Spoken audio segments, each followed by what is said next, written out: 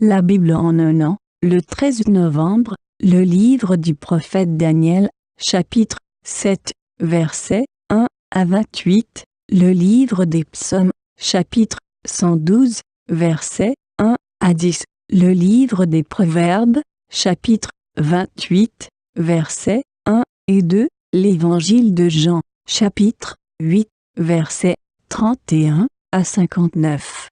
Le livre de Daniel, chapitre 7. La première année du règne de Belshazzar sur Babylone, Daniel fit un rêve. Des visions se présentèrent à son esprit pendant qu'il était sur son lit. Ensuite, il mit ce rêve par écrit et en raconta les points principaux. Daniel commença son récit. Je regardais pendant ma vision nocturne, et voici que les 4 vents du ciel ont fait irruption sur la grande mer. 4 bêtes énormes sont sorties de la mer, différentes les unes des autres. La première ressemblait à un lion et avait des ailes d'aigle. Pendant que je regardais, ses ailes ont été arrachées. Elle a été soulevée de terre et mise debout sur ses pattes, comme un homme, et un cœur d'homme lui a été donné. Puis est apparue une deuxième bête qui ressemblait à un ours. Elle se dressait sur un côté. Elle avait 3 côtes dans la gueule, entre les dents. On lui disait « Lève-toi, mange beaucoup de viande ». Après cela, j'ai vu une autre bête qui ressemblait à un léopard. Elle avait 4 ailes sur le dos, comme celles d'un oiseau. Cette bête avait 4 têtes et la domination lui a été donnée. Après cela, j'ai vu dans mes visions nocturnes une 4e bête redoutable, terrible et extraordinairement puissante. Elle avait de grandes dents en fer. Elle mangeait, brisait et piétinait ce qui restait. Elle était différente de toutes les bêtes précédentes et avait 10 cornes. Je regardais les cornes et j'ai vu une autre petite corne sortir du milieu d'elle. 3 des premières cornes ont été arrachées devant elle. Sur cette corne, il y avait des yeux pareils à ceux d'un homme et une bouche qui parlait avec arrogance. Pendant que je regardais, on a placé des trônes et l'Ancien des jours s'est assis. Son vêtement était aussi blanc que la neige et les cheveux de sa tête pareils à de la laine pure. Son trône était de flammes et ses roues étaient un feu dévorant. Un fleuve de feu coulait et sortait de devant lui. Des dizaines de milliers le servaient et des centaines de millions se tenaient debout devant lui. Les juges se sont assis et des livres ont été ouverts. J'ai alors regardé à cause des paroles arrogantes que prononçait la corne. Pendant que je regardais, la bête a été tuée. Son corps a été détruit et livré au feu pour être brûlé. Les autres bêtes ont été dépouillées de leur pouvoir, mais une prolongation de vie leur a été accordée pour un certain temps. Pendant que je regardais dans mes visions nocturnes, quelqu'un qui ressemblait à un fils de l'homme est venu avec les nuées du ciel. Il s'est avancé vers l'Ancien des jours, et on l'a fait approcher de lui. On lui a donné la domination, la gloire et le règne, et tous les peuples, les nations et les hommes de toute langue l'ont servi. Sa domination est une domination éternelle qui ne cessera pas, et son royaume ne sera jamais détruit. Moi, Daniel, j'ai eu l'esprit troublé au plus profond de moi, et mes visions m'ont terrifié. Je me suis approché de l'un de ceux qui se tenaient debout, et lui ai demandé de me révéler la vérité à propos de tout cela. Il m'a répondu en me faisant connaître l'explication. Ces 4 bêtes énormes, ce sont 4 rois qui surgiront de la terre. Cependant, les saints du Très-Haut recevront le royaume, et ils le posséderont éternellement, d'éternité en éternité. Ensuite, j'ai désiré savoir la vérité sur la 4e bête, celle qui était différente de toutes les autres, extrêmement terrible, qui avait des dents en fer et des ongles en bronze, qui mangeait, brisait et piétinait ce qu'il restait. J'ai aussi désiré savoir la vérité au sujet des 10 cornes qu'elle avait sur la tête, ainsi qu'au sujet de l'autre, celle qui était sortie et devant laquelle 3 étaient tombés, la corne qui avait des yeux et une bouche parlant avec arrogance et qui paraissait plus grande que les autres.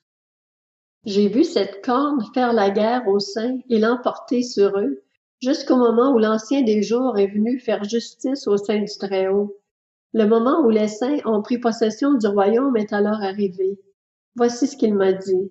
La quatrième bête, c'est un quatrième royaume qui existera sur la terre, différent de tous les royaumes. Il dévorera toute la terre, la piétinera et la brisera. Les 10 cornes, ce sont 10 rois qui surgiront de ce royaume. Un autre surgira après eux.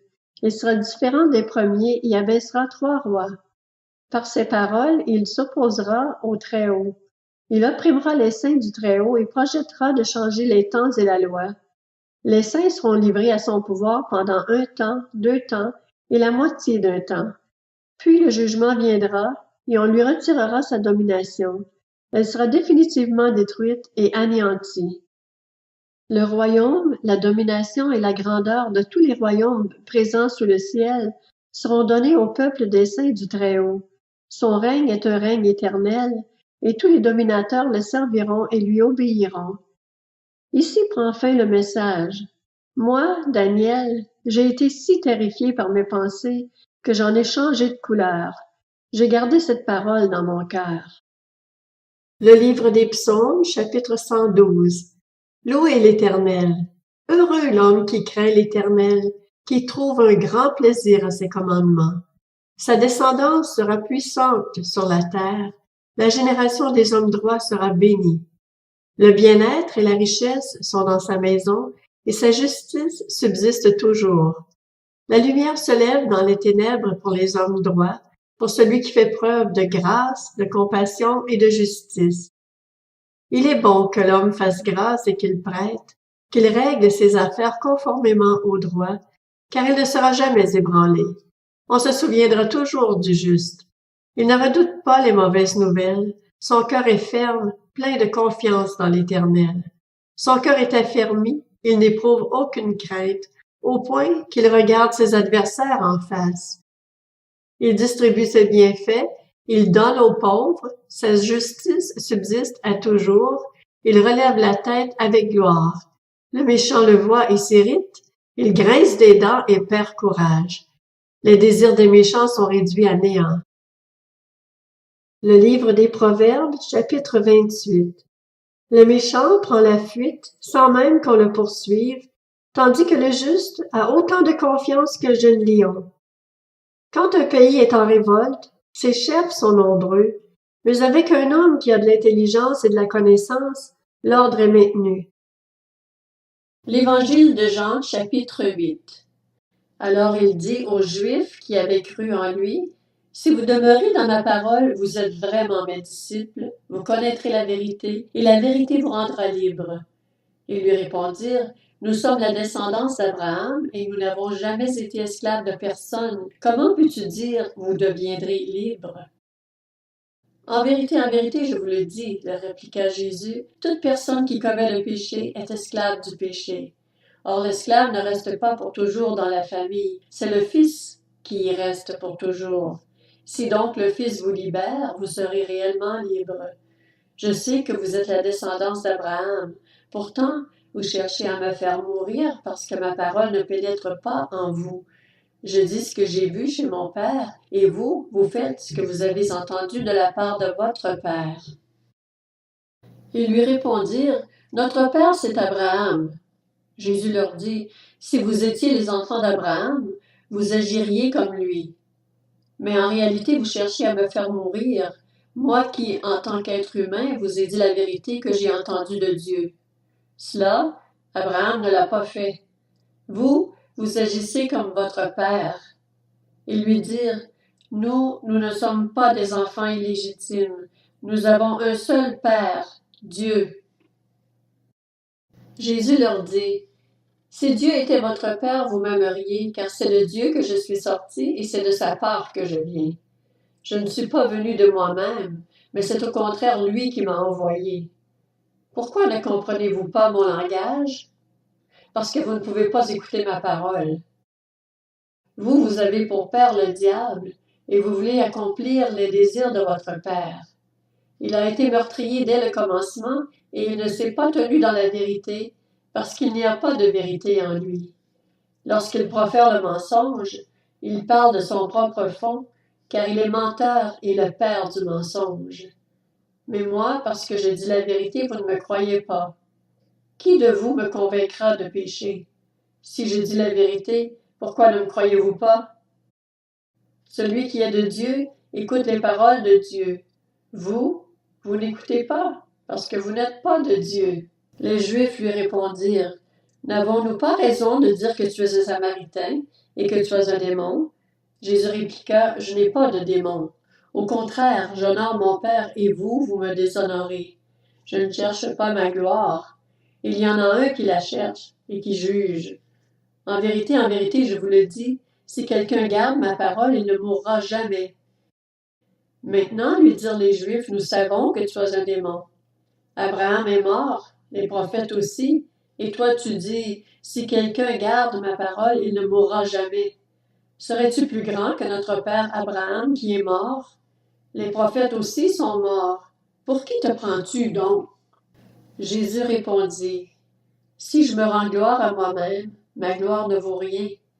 Cependant, c'est mon Père qui me rend gloire, lui que vous présentez comme votre Dieu alors que vous ne le connaissez pas. Moi, je le connais, et si je disais que je ne le connais pas, je serais comme vous, un menteur. Mais je le connais, et je garde sa parole. Votre ancêtre Abraham a été rempli de joie à la pensée de voir mon jour. Il l'a vu et il s'est réjoui. Les Juifs lui dirent, tu n'as pas encore 50 ans et tu as vu Abraham? Jésus leur dit, en vérité, je vous le dis, avant qu'Abraham soit né, je suis. Là-dessus, ils prirent des pierres pour les jeter contre lui, mais Jésus se cacha et sortit du temple en passant au milieu d'eux. C'est ainsi qu'il s'en alla.